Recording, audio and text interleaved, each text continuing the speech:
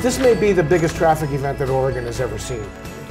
Yikes! He's talking about the solar eclipse coming to Oregon on August 21st, and we'll have a front row seat right here, and that's why, I mean, hundreds of thousands of people are expected to converge on the state. ODOT warning, you might get trapped in the traffic for hours. I just brought this up last night. I said to my wife, isn't that the day that we're supposed to drop the boys off to their first overnight camp? She's like, yes. On the evening of the eclipse? She said she's working on finding out what the backup plan is. No, so the morning of the eclipse, I think we're supposed to drop them off at 9 a.m. On August 21st. And the eclipse is supposed to happen at 10 something, yes, right? 10:30. Okay. So about 10:27. That seems about to be the perfect timing to drop somebody off somewhere in the state. Oh my gosh. Well, hopefully the campsite, I asked him where the campsite was, and he says, I don't know.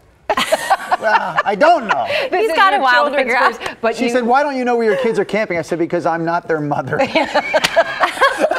Good response, but you know, you might end up in a prime viewing area. It's just going to take you, you might have to leave the day before, August 20th, to get to the camp. I don't know. I suggested maybe just not having them go to this camp now. Yeah. Because I'm not actually quite sure if I want them overnight anywhere. And you don't know where it is This anyway. is another issue, another topic. I'm sorry. We're getting off course here. The idea here, though, is that if you are in Oregon that day, you could be running into, regardless of where you may be, running into a traffic nightmare. So Pat Doris spoke with some ODOT officials to tackle this very subject. When it comes to the big eclipse, many of us are trying to figure out where to go to be in the path of totality, as it's called. It'll happen Monday morning, August 21st, and sweep across Oregon. Definitely something to look forward to. I am. It's going to be kind of an interesting event. I'm not going to be able to see it fully in Bend, but we're trying to figure out where to go, maybe at the top of Timberline Lodge or something like that to check it out. But he could just stay at home in Northeast Portland.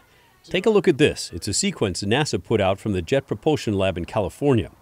This is what the eclipse will look like in Seattle. You'll still see a sliver of the sun at the top.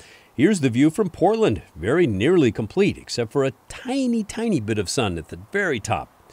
And here's the view from Medford with a bit of sun at the bottom. And in Salem, it should be perfectly covered.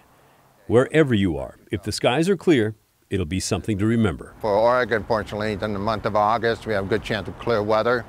And there's a lot of excitement just for a 2-minute totality. Pat Doris, KGW News.